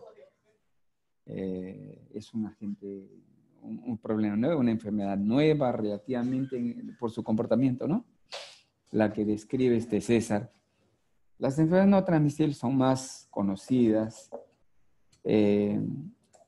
de una magnitud mucho más grande, y yo voy a tratar de mostrarles cuál es el panorama en el país, haciendo un enfoque sobre todo sobre los factores de riesgo, ¿no?, de estos problemas. Voy a comenzar diciendo que las enfermedades no transmisibles afectan con mayor fuerza a la población pobre y a la población anciana, pues son enfermedades que si bien los factores, la exposición a estos factores comienza desde tempranas etapas de la vida, pues las consecuencias de estas van a aparecer ya en la madurez y después de los 40 años van a tener sus impactos más grandes. Por tanto, la población anciana y la población de tercera edad básicamente, y aquella que no tiene acceso a los servicios de salud va a tener consecuencias mucho más desfavorables, ¿no? Las enfermedades no transmisibles son aquellas condiciones que tienen larga duración, que tienen periodo de latencia muy largo, ¿no? Es decir, que entre la exposición a los factores de riesgo y la aparición de las manifestaciones va a pasar un largo periodo de tiempo, y esa es su principal diferencia frente a las enfermedades transmisibles, que no tienen un agente común, un factor único, sino son multifactoriales. Y esto también representa una ventaja para poderlos abordar, porque son factores de riesgo comunes a varias enfermedades, ¿no? Por estándar internacional, las enfermedades no transmisibles se consideran estos 4 grupos, ¿no? Las enfermedades cardiovasculares, dentro de las cuales las más importantes son estas 3, ¿no? La enfermedad cerebrovascular, la enfermedad isquémica del corazón y la enfermedad hipertensiva, por la magnitud que estos tienen, por la cantidad de población que involucran y por las consecuencias en la salud de las personas, ¿no? Otro grupo muy grande son las neoplasias malignas, ¿no?, que sabemos que han venido teniendo un crecimiento muy importante como problema de salud en la población. La diabetes está independiente como un problema metabólico también de consecuencias desastrosas en la salud de la población. Y las enfermedades respiratorias crónicas, dentro de las cuales la enfermedad pulmonar obstructiva crónica y el asma son las más importantes, ¿no? A pesar que no tienen los factores de riesgo comunes con este grupo de enfermedades no transmisibles, en muchos escenarios se incluyen también las lesiones por causas externas dentro del grupo de trabajo, tal como ocurre en nosotros en CDC, que en el grupo técnico de vigilancia de las no transmisibles están las lesiones por causas externas, como accidentes por tránsito y lesiones por violencia familiar. Cuando hablamos de los factores de riesgo para estas enfermedades, nos referimos a estos factores principales, ¿no? Tabaco, consumo de tabaco, dieta no saludable, reducción de la actividad física, ¿no? Y consumo nocivo de alcohol. Y su carácter común se refleja en este gráfico, en el cual las influencias de estos factores se reflejan en muchas de las condiciones que aparecen en la lista de la derecha, ¿no? Como las cardiovasculares, la diabetes, las neoplasias malignas, incluyendo las lesiones por causas externas, ¿no? Entonces, esto es un gráfico que nos ayuda a comprender la multifactorialidad de estos problemas, ¿no? ¿Por qué son importantes las enfermedades no transmisibles? Creo que básicamente, además de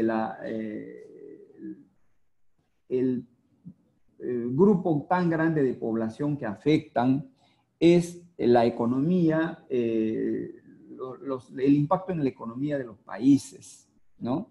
Debido básicamente a la población que afectan y a la duración que estas tienen, ¿no? Las enfermedades no transmisibles, una vez que se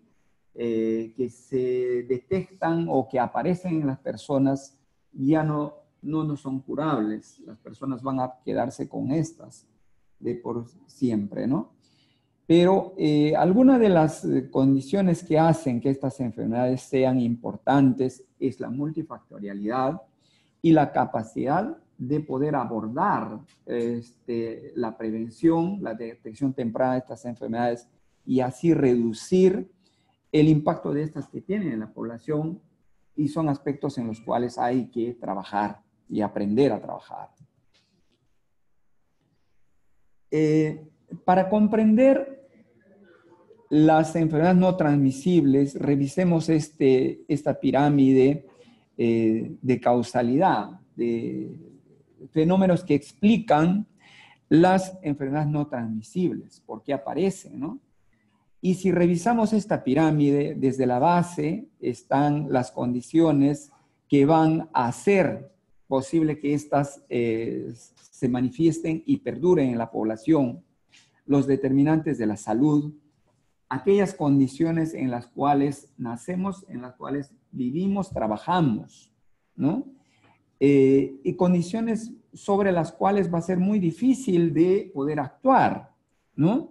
Como la globalización, que globaliza no solamente el comercio, globaliza una serie de conductas individuales y poblacionales, ¿no? La globalización de los patrones de consumo, que está relacionado a factores económicos, la globalización de la tecnología que lleva a que nuestros hijos cada vez estén metidos con la tecnología y reducen su actividad física cada vez más, ¿no? Y asimismo, fenómenos grandes como la urbanización de las poblaciones, ¿no? Que se observa en todos los países actualmente, ¿no? Las poblaciones migran a las grandes ciudades en busca de mejores condiciones de vida, y son fenómenos que no se pueden controlar. Y asimismo, los procesos de envejecimiento, que son parte también de evolución de las sociedades, estos factores se encuentran en la base de esta pirámide, ¿no? Estas condiciones llevan, obviamente, a que la población modifique sus estilos de vida, y esto se conoce como los factores de riesgo del comportamiento de las personas, que van a ser los fundamentales que explican por qué las enfermedades no transmisibles tienen ese peso tan importante, ¿no? Entonces, tenemos modificación de los patrones de consumo, reducción de la actividad física y adopción de estilos de vida, tales como consumo de tabaco y consumo nocivo de alcohol, que afectan de una u otra manera a las poblaciones de los países, ¿no?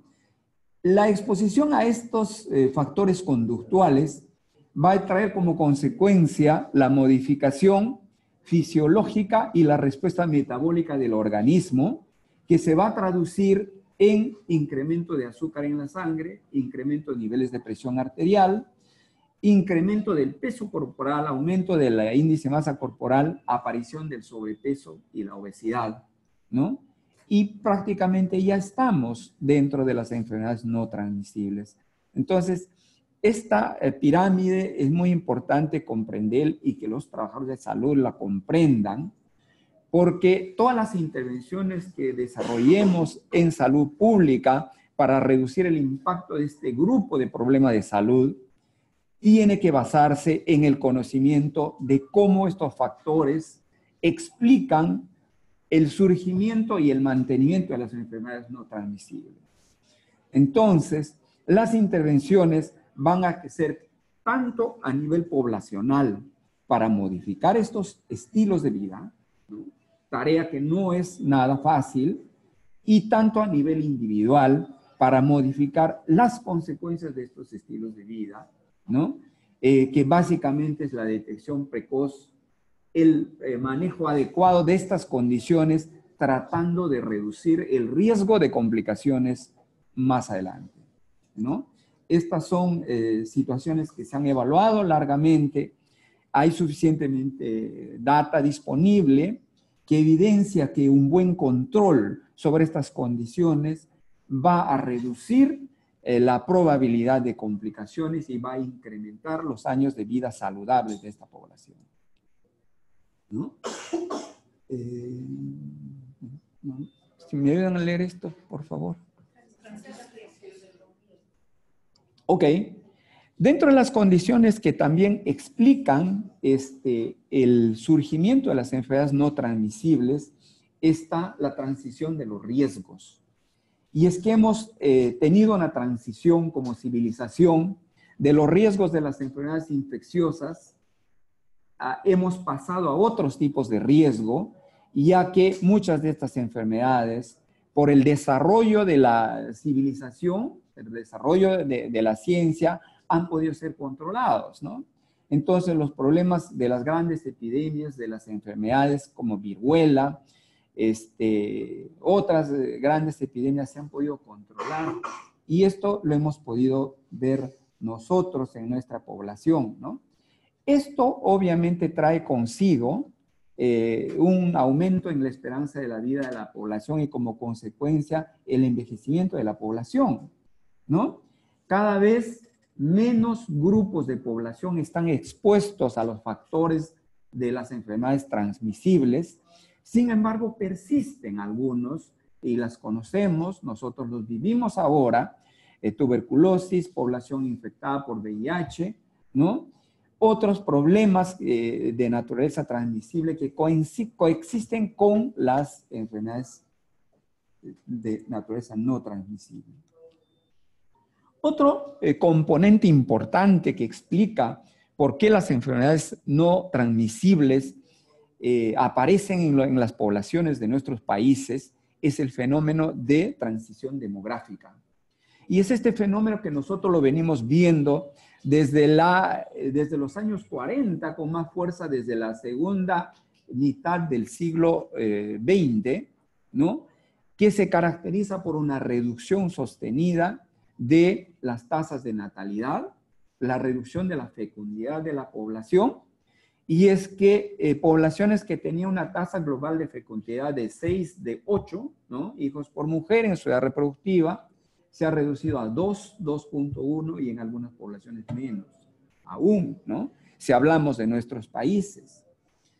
Esto, unido con una reducción sostenida de la mortalidad debido a los avances que han habido en la ciencia en el control de las enfermedades infecciosas, trae consigo un fenómeno de envejecimiento por el aumento de la vida de la población, aumento de la esperanza de vida, y que hace que las enfermedades crónicas se manifiesten. Algo que no se veía cuando la esperanza de vida llegaba a 35, 40 años, obviamente va a aparecer porque las enfermedades aparecen después de la cuarta década de la vida, por lo general con mayor fuerza, ¿no? Esto.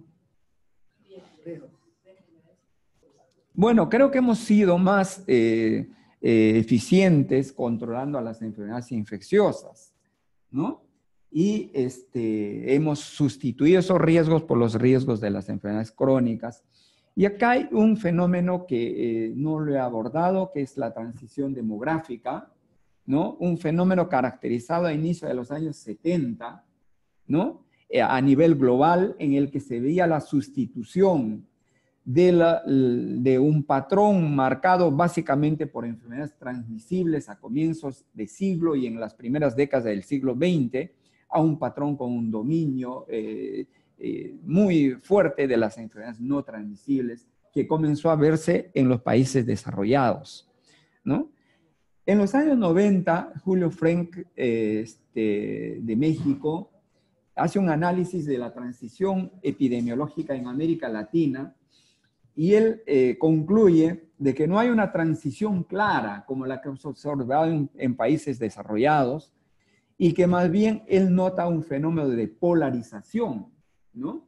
Con la coexistencia de enfermedades no transmisibles que van apareciendo, van emergiendo, y una persistencia de los riesgos de enfermedades transmisibles.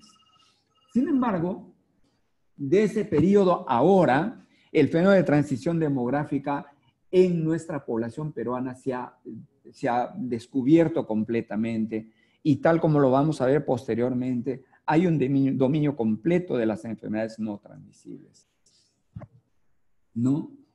Eso lo vemos analizando los patrones de mortalidad de nuestra población. Esta es una lista priorizada de las causas de muerte del año 2015 de la población general de Perú.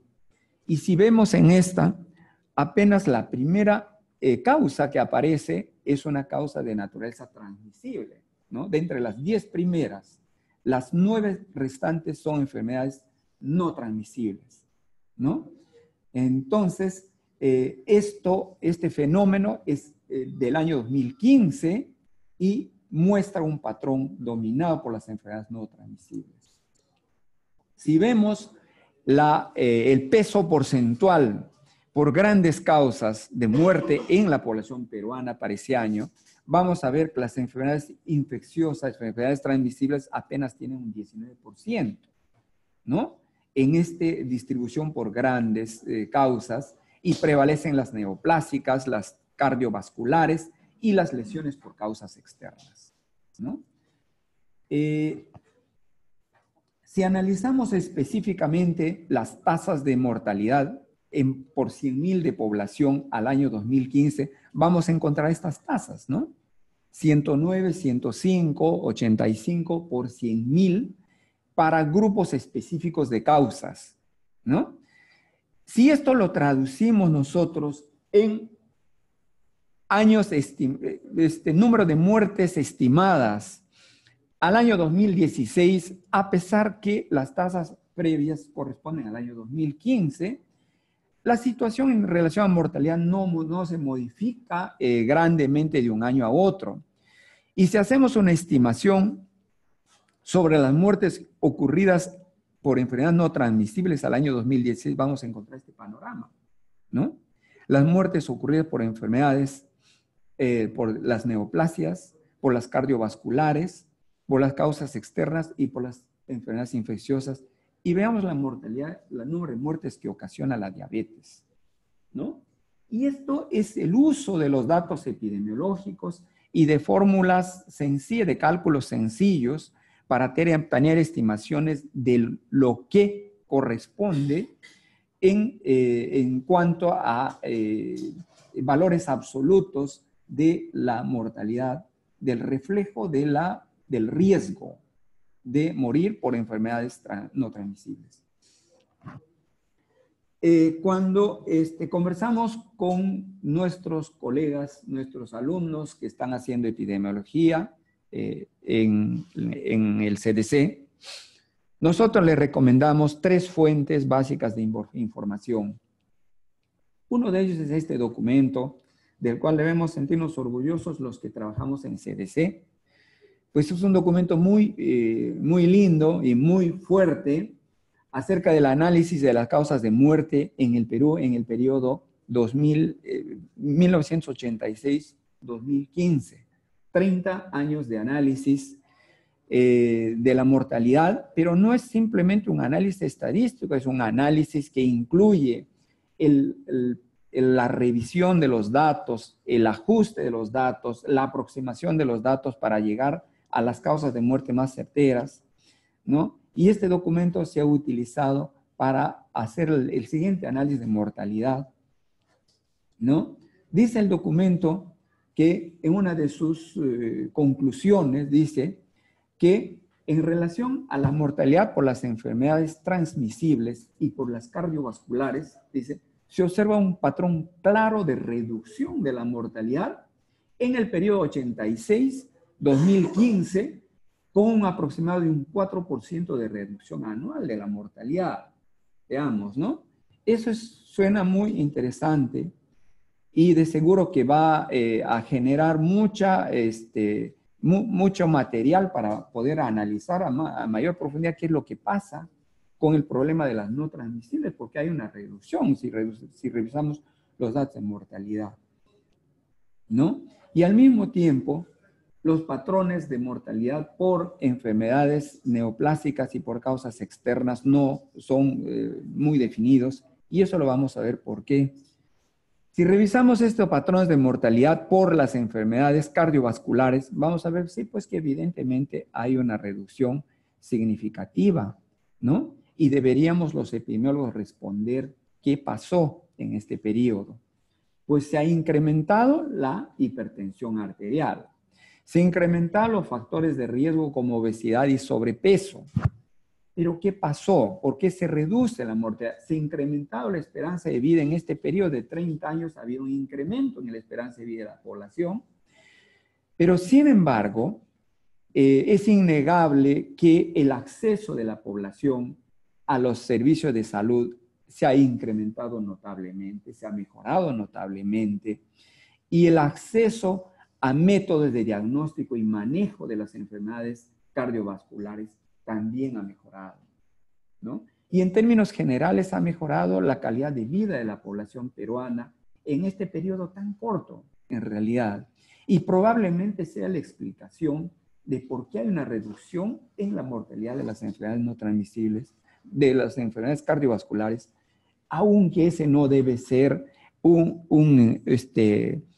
no debe representar una tranquilidad para los que trabajamos en salud pública, porque el problema sigue presente, ¿no? En relación a las enfermedades neoplásicas, si no fuera este bajón que se observa al final de este periodo de 30 años, podríamos decir que hay un incremento lento pero sostenido de la mortalidad por las enfermedades neoplásicas, ¿no? Este pequeño cambio que hay al final, pequeño declive que hay en la tasa de mortalidad, hace que los investigadores, los autores del documento que les señalé previamente, concluyan que no se observa un patrón claro. Sin embargo, deberíamos pensar, los epidemiólogos siempre estamos pensando por qué ocurre este declive, ¿no? Y ocurre en la última década, ¿no? Y si recordamos nosotros, grandes acontecimientos han pasado en salud pública y en la respuesta del sector salud, del sistema de salud, a las neoplasias en los últimos 10 años, ¿no? El acceso de la población con menores recursos a tratamiento del cáncer es probable que haya tenido este resultado tan importante, ¿no? Habrá que medirlo, ¿no? Cuando hablamos, sin embargo, es por causas externas, creo, ¿no? No, es por diabetes, ¿verdad? Las tendencias de mortalidad por diabetes muestran, sin embargo, que sí ha habido un crecimiento muy importante en la mortalidad por diabetes, ¿no? O sea, no hemos tenido el mismo éxito que hemos tenido con las cardiovasculares o con las neoplasias. El problema sigue presente, ¿no? Cuando señalamos a las causas externas, lesiones por accidentes de tránsito, lesiones por causas externas, se observa un pequeño declive al final. Pero si separamos a hombres y mujeres, hay una brecha muy grande primero entre hombres y mujeres. La mortalidad por accidentes de tráfico en los varones es siempre más grande que en las mujeres, pero hay un declive importante también al final de este periodo, de esta serie, ¿no? Y este es un gráfico muy simpático. Me gusta mostrarlo, este gráfico, porque muestra cómo ha rotado el panorama de la mortalidad durante estos últimos 30 años, ¿no? Del año 86 al año 2015. Pues veamos cómo muchas enfermedades, sobre todo las enfermedades infecciosas intestinales, que estaban entre los primeros 5 lugares en los años 80, el año 86 es un ejemplo de eso, ha pasado a estar después de las 20 causas, ¿no? Y cómo enfermedades que estaban después del 20º lugar pasan a los primeros lugares, como las enfermedades cerebrovasculares, la diabetes y la enfermedad isquémica del corazón. Y todo este panorama, como les mostré en la tabla de mortalidad del año 2015, 2016, se torna pues un panorama con dominación clara de las enfermedades no transmisibles, cardiovasculares, neoplasias, enfermedad isquémica del corazón, cerebrovascular y diabetes.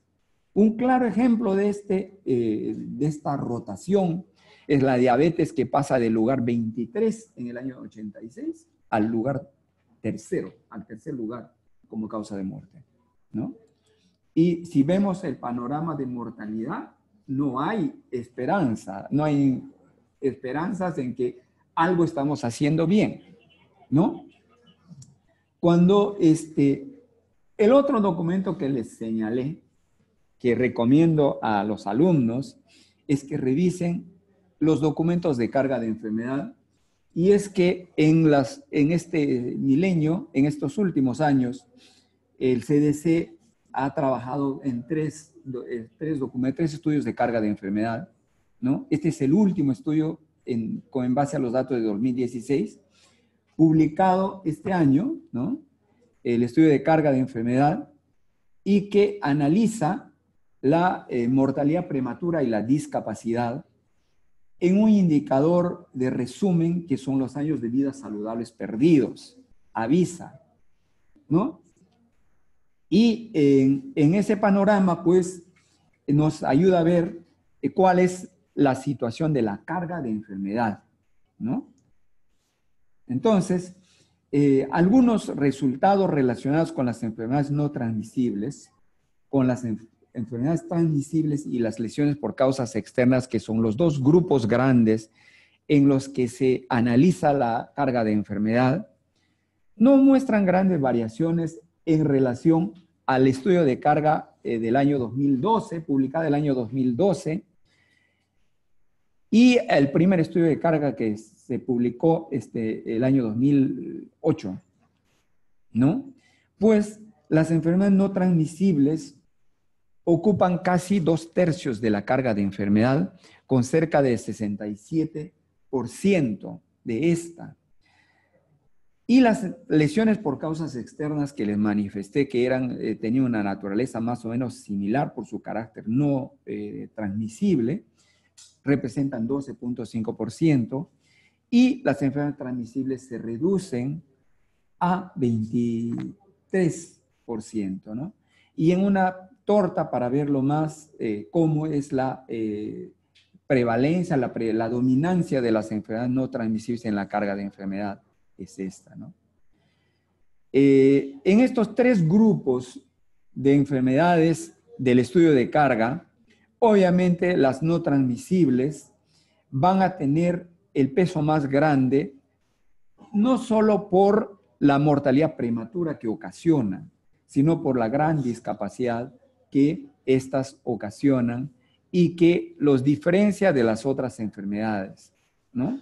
Como las transmisibles y las lesiones por causas externas. La discapacidad que ocasiona en la población afectada es muy grande por las enfermedades no transmisibles. Entonces, las enfermedades no transmisibles ocupan 2/3 de la carga de enfermedad. Las enfermedades neuropsiquiátricas siguen dominando el panorama por causa específica y las lesiones por causas externas se mantienen en su 12.5% de la carga de enfermedad, ¿no? Vamos a ver algo en relación a los estilos de vida y voy a señalar algunos resultados de los estudios más representativos que hay en el país, ¿no? Este primer dato corresponde a la encuesta de indicadores nutricionales, bioquímicos y socioculturales realizada por el INS-CENAN el año 2005, que fue uno de los estudios más grandes con muestra nacional, con cerca de 4.000 sujetos en la muestra y que muestra en relación al sedentarismo una prevalencia de 40%, ¿no? Y este otro estudio, realizado en el 2017 por Carolina Tarque y su equipo, que muestra que un 75% de la población tiene bajo nivel de actividad física, ¿no? Más en detalle, estos 2 estudios en relación al sedentarismo y a la limitada actividad física muestran estos patrones en grupos específicos de población, ¿no? En realidad, uno de los factores más importantes que está en el centro de las enfermedades no transmisibles es la obesidad y el sobrepeso. Y estas tienen como factores causales la dieta no saludable y la limitada actividad física que cada vez se incrementa, ¿no? Entonces, por eso es que su estudio va a ser muy importante. Cuando hablamos del consumo inadecuado en nuestra población, hablamos del limitado consumo de frutas y vegetales, ¿no? Recomendado por OMS que debería ser de 5 porciones por día, ¿no? 400 gramos de consumo de frutas y vegetales por día. La encuesta ENDES nos da estos resultados desde el año 2014 y esta es la tercera fuente de información que recomiendo a los que estudiamos epidemiología y salud pública, ¿no? Pues la encuesta ENDES es una fuente importante de información por su rigurosidad y su representatividad a nivel nacional. La encuesta ENDES para el capítulo de enfermedades no transmisibles incluye encuestas a 34,000 hogares, ¿no? De personas de 15 años a más, y en relación al consumo de frutas y verduras nos da estos resultados tan pobres, ¿no? Cuando en relación a la meta recomendada por OMS-OPS de 5 porciones de frutas y vegetales por día, no llegamos ni al 15%, ¿no? Este es el patrón con alguna tendencia a mejorar, pero muy pobre, ¿no? Entonces ahí hay que hacer un trabajo muy importante. Esto tiene que ver con, consumo de tabaco. Consumo de tabaco es un factor que les mostré entre los 5 factores más importantes, ¿no? El consumo de tabaco, sin embargo, en nuestra población no tiene la magnitud que tienen otras poblaciones de América Latina y de Europa, ¿no? y es saludable eso, ¿no? Las recomendaciones del convenio marco, creo que el país lo ha acatado muy bien y nosotros vemos la reducción que hay en el consumo de tabaco. Sin embargo, la ENDES nos muestra cuál es la prevalencia de consumo de tabaco en el último año, ¿no? Evaluación al último año de consumo de tabaco en hombres y mujeres. Y bueno, siempre hay esta diferencia, ¿no? Los varones por encima de 30% y las mujeres no llegan a 10%. Y ojalá que eso se mantenga, ¿no? Estamos nosotros en este momento desarrollando la encuesta global de tabaco en jóvenes y tendremos los resultados en este grupo importante de población para conocer a qué edad se inicia el consumo de tabaco.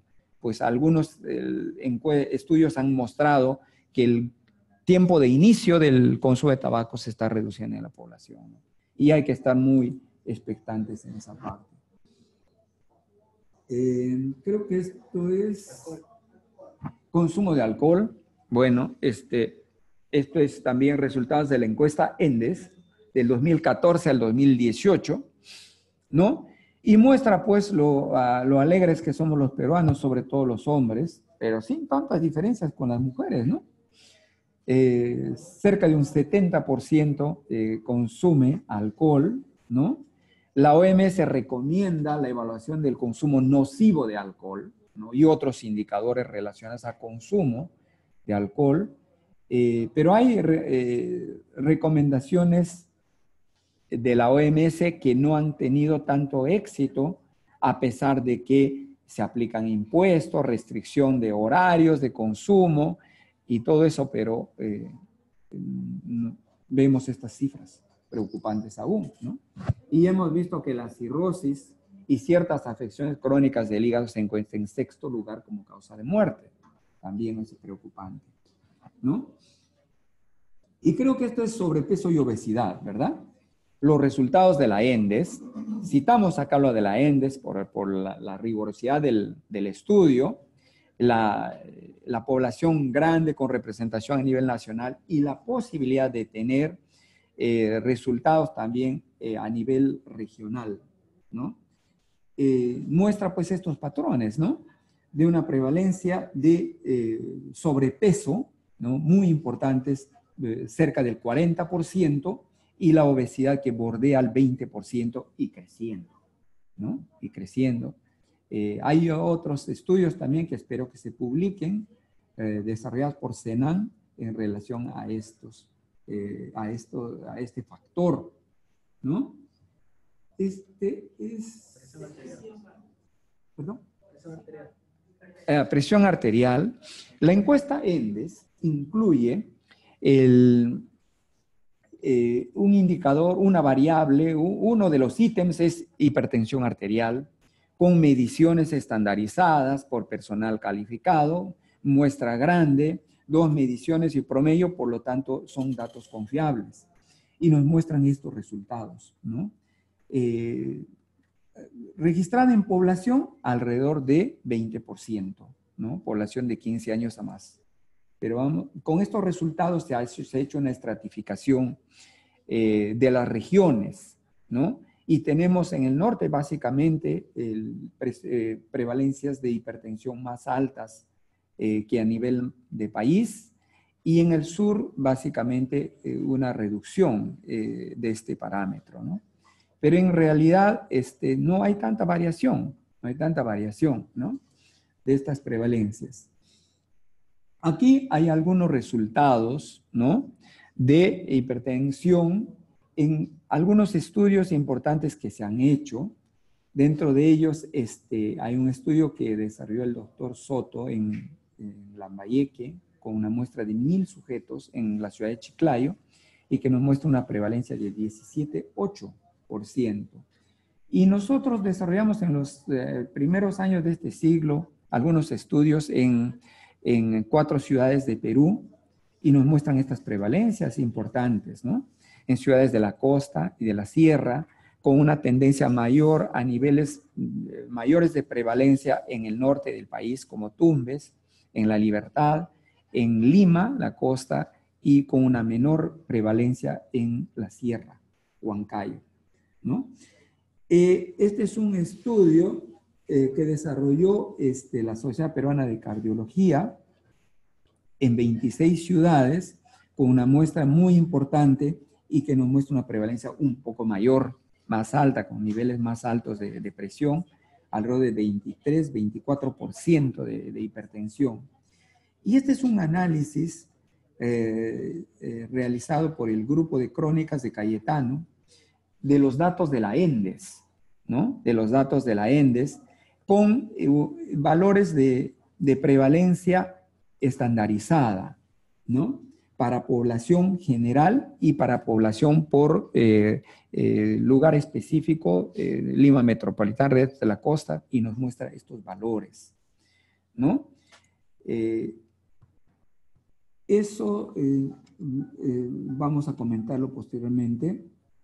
Esto es... El panorama no es muy alentador en la respuesta a la hipertensión arterial. La semana pasada, nosotros hemos tenido una reunión con gente de OPS Washington y del CDC, porque el país está lanzando la estrategia esta que se llama HEARTS, ¿no? De un manejo protocolizado de la hipertensión por estos problemas que vemos, ¿no? Y es que un ejercicio utilizando un cálculo sencillo en relación a la hipertensión nos lleva a hacer la siguiente estimación, ¿no? Si tomamos la población de 2015, de casi 31 millones de personas, ¿no? Y si calculamos en esta población, ¿cuál es la población de 20 años a más?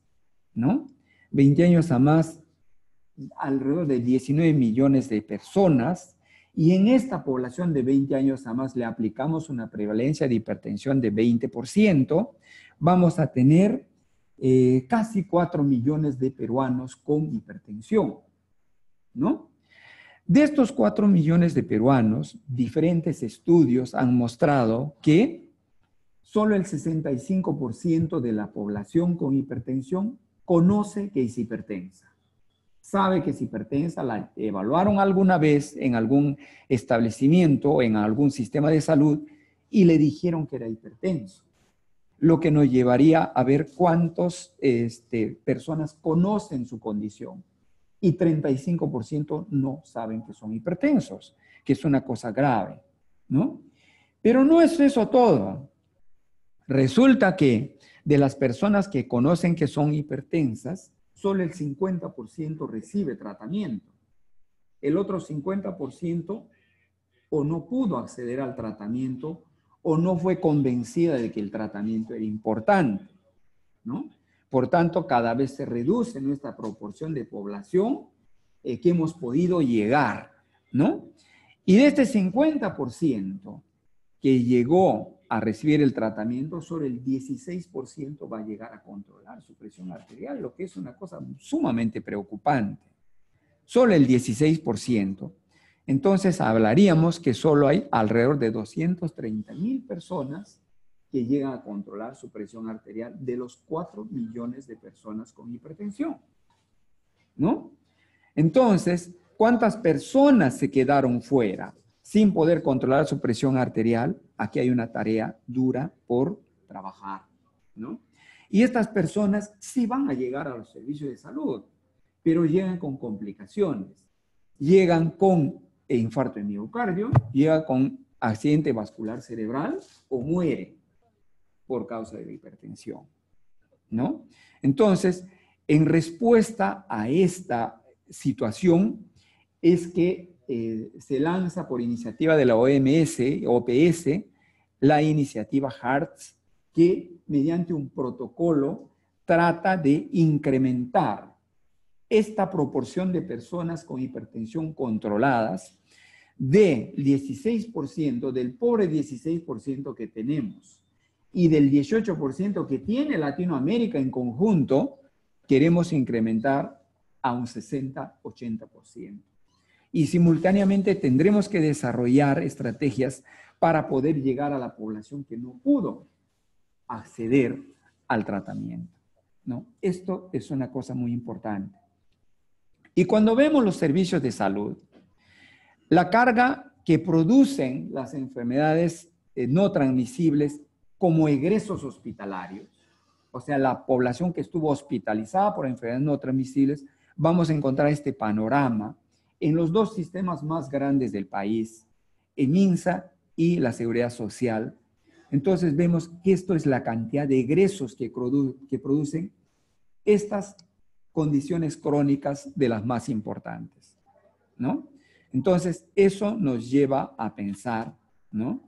Que las condiciones crónicas, nos lleva a pensar un montón de cosas en realidad, ¿no? Que las condiciones crónicas son las responsables de que los servicios de salud estén saturados, de que no hayan consultas para todos los que requieren la atención, de que no hayan camas de hospitalización y que los hospitales especializados se abarrotan cuando el problema puede resolverse en el nivel primario, más abajo, cerca de la comunidad, donde se puede abordar tanto la consecuencia, la hipertensión o la diabetes, como los factores que la llevan a ella, ¿no? Este es un gráfico, el mismo gráfico, para ver cuál es la presentación en MINSA y en salud, ¿no? Y bueno, podemos señalar a manera de conclusiones, ¿no? Que las enfermedades no transmisibles indudablemente son la preocupación más grande que afecta a la salud de la población, pues ocasionan 2/3 de la carga de enfermedad, ¿no? Que en ese contexto nosotros recogemos datos, monitoreamos poblaciones, pero esta información no puede estar desvinculada de las intervenciones. Y por otro lado, el mensaje a nuestros colegas de los programas, de las intervenciones desde MINSA, desde otras instituciones, que sin datos no se puede caminar, que no se puede intervenir sin datos porque es como moverse con los ojos vendados. Tenemos que tener horizontes y tenemos que saber cómo caminamos. Por tanto, el trabajo tiene que ser en equipo. Por tanto, la vigilancia epidemiológica tiene que estar inserta dentro de los programas de control y por tanto es muy importante monitorear el estado, la calidad del trabajo que hacemos, monitorear los indicadores en la población y evaluar lo que estamos haciendo. Periódicamente voltear para mirar lo que estamos haciendo y documentar lo que hacemos para que quede evidencia y para que quede enseñanza para las generaciones que van a venir, ¿no?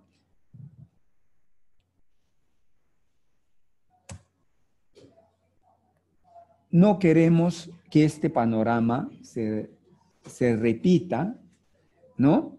Pues la tecnología, fíjense este dibujo cómo refleja, ¿no?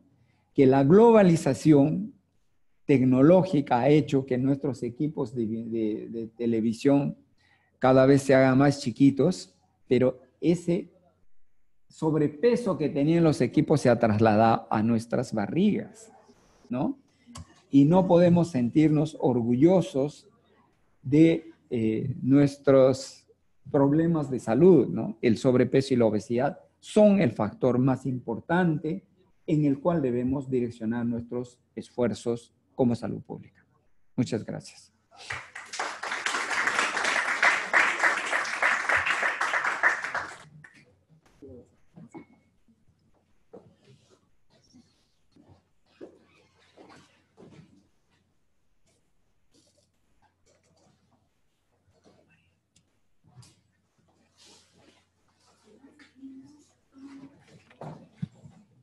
Muchas gracias al doctor Revilla.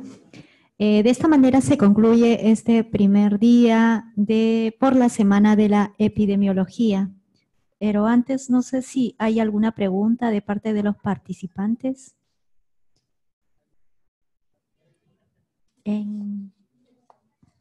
No. Bien. Agradecemos su participación y los invitamos para el día de mañana.